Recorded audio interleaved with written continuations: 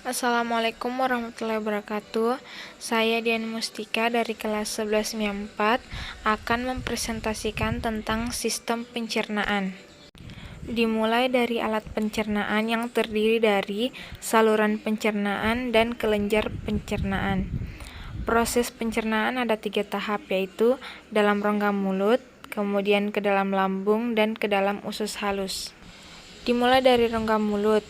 Yang pertama secara mekanis, yaitu gigi dan lidah, kemudian secara kimiawi kelenjar ludah dan glandula saliva 3 pasang. Yang pertama parotid gland, sublingual gland, dan submandibular gland. Kelenjar. Yang pertama kelenjar parotis, terletak di sebelah kiri dan kanan kepala dekat telinga, agak ke bawah, bermuara di pipi sebelah dalam. Kedua, kelenjar submandibularis, terletak di bawah tulang rahang dan bermuara di dasar mulut. Yang ketiga, kelenjar sublingualis, kelenjar ludah terkecil yang terletak di bawah lidah. Kelenjar ludah menghasilkan ludah, yaitu cairan bening bersifat basa dan mengandung enzim amilase atau ptialin untuk mengubah tepung amilum menjadi glukosa. Selanjutnya ada dentes atau gigi, yang terdiri dari gigi seri, gigi taring, gigi geraham depan, dan gigi geraham belakang.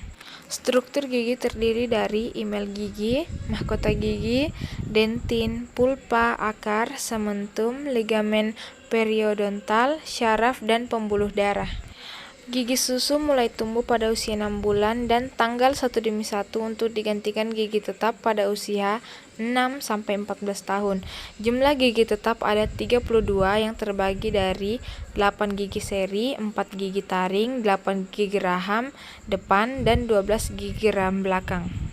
Kemudian dilanjutkan dengan lidah yang bertugas untuk merasakan rasa makanan dan membantu proses pencernaan secara mekanik, dan kerongkongan atau esofagus yang bertugas sebagai saluran penghubung dan tempat terjadinya gerak peristaltik oleh otot sehingga makanan sampai di lambung. Kemudian lanjut ke bagian kedua yang yaitu lambung atau ventriculus yang dibagi menjadi 3 daerah. Yang pertama kardiak, fundus, dan pilorus. Terdiri dari otot memanjang, melintang, dan menyerong. Dinding lambung mengandung sel-sel kelenjar yang menghasilkan getah lambung yang terdiri dari air plus ionan organik, musin, HCl, dan enzim yaitu pepsin dan renin. Kardia adalah bagian atas daerah pintu masuk makanan dari kerongkongan itu sendiri. Kedua, fundus adalah bagian tengah, bentuknya membulat.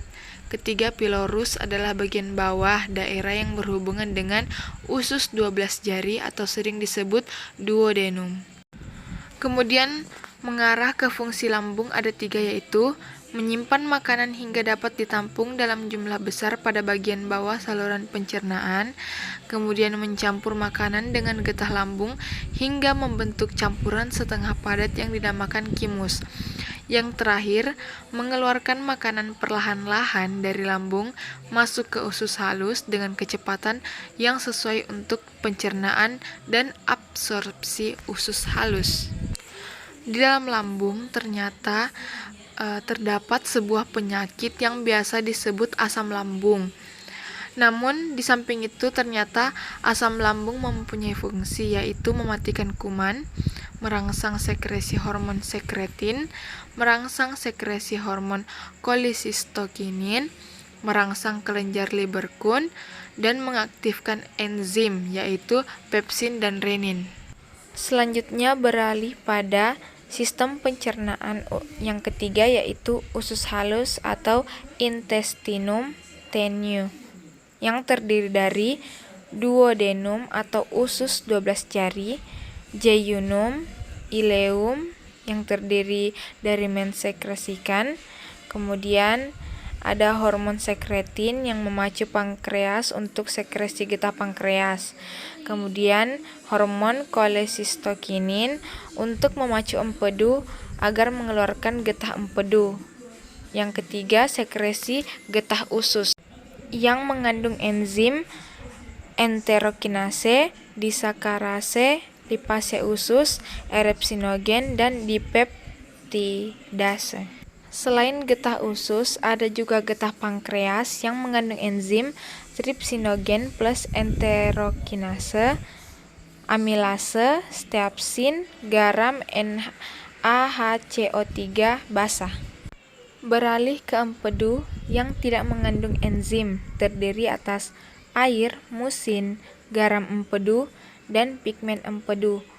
Fungsi empedu yaitu menetralkan HCl dan merangsang gerak peristaltik usus sehingga lemak dapat diemulsikan. Selanjutnya hati atau hepar, yaitu bertugas untuk menerima sari makanan dari vena porta hepatica, menetralisir toksin, mensekresikan empedu, menjaga keseimbangan glukosa darah bersama insulin. Pankreas terdiri dari sekresi getah pankreas dan sekresi hormon insulin. Berikut contoh gambar hati. Setelah dari hati terjadi penyerapan sari makanan. Penyerapan ini terjadi atau berlangsung di ilium. Kemudian monosakarida, asam amino, air, vitamin, dan mineral menuju ke pembuluh darah menjadi asam lemak, gliserol, dan menuju ke pembuluh limfe. Dari usus halus kita kemudian berbalik lagi ke selanjutnya, yaitu usus besar atau kolon. Di sini terjadi pembusukan sisa makanan yang tidak tercerna. Kemudian terjadi penyerapan air dan terjadi pembentukan vitamin. Bagian kolon. Yang pertama cecum atau usus buntu, kedua appendix atau umbai cacing, kolon, dan rektum. Panjang mencapai 1,5 meter, diawali dengan cecum yang merupakan cabang usus tanpa kelanjutan, berdinding tipis dan berakhir dengan appendix. Appendix berfungsi sebagai mengontrol patogen yang terdapat dalam tubuh sebab mengandung jaringan limfoid. Kolon terbagi menjadi 3 bagian, yaitu kolon ascendens atau usus besar naik, kolon transversum atau usus besar mendatar, dan kolon descendens atau usus besar turun. Bagian terbawahnya merupakan rektum. Hingga akhirnya sampai di anus yang merupakan lubang pembuangan sisa-sisa makanan yang tidak tercerna yang disebut feses. Bagian dalam anus terdapat otot-otot yang bekerja secara otomatis, sedangkan otot luar berupa otot sfinkter atau otot melingkar yang dapat dikendalikan secara sadar. Sebagai penutup, saya akan sedikit menjelaskan tentang 2 macam gangguan sistem pencernaan.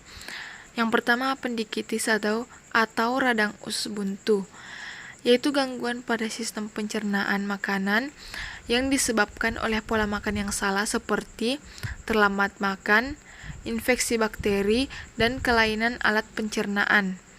Di antara gangguan-gangguan ini adalah diare, sembelit, tukak lambung, peritonitis, dan lain sebagainya. Kemudian yang kedua ada diare. Apabila kim dari perut mengalir ke usus terlalu cepat, maka defekasi menjadi lebih sering dengan feses yang mengandung banyak air. Keadaan seperti ini biasa disebut diare. Penyebab diare antara lain ansietas atau stres, makanan tertentu, atau organisme perusak yang melukai dinding usus. Diare dalam waktu lama menyebabkan hilangnya air dan garam-garam mineral sehingga terjadi dehidrasi. Sekian presentasi yang dapat saya sampaikan. Semoga bermanfaat. Wassalamualaikum warahmatullahi wabarakatuh.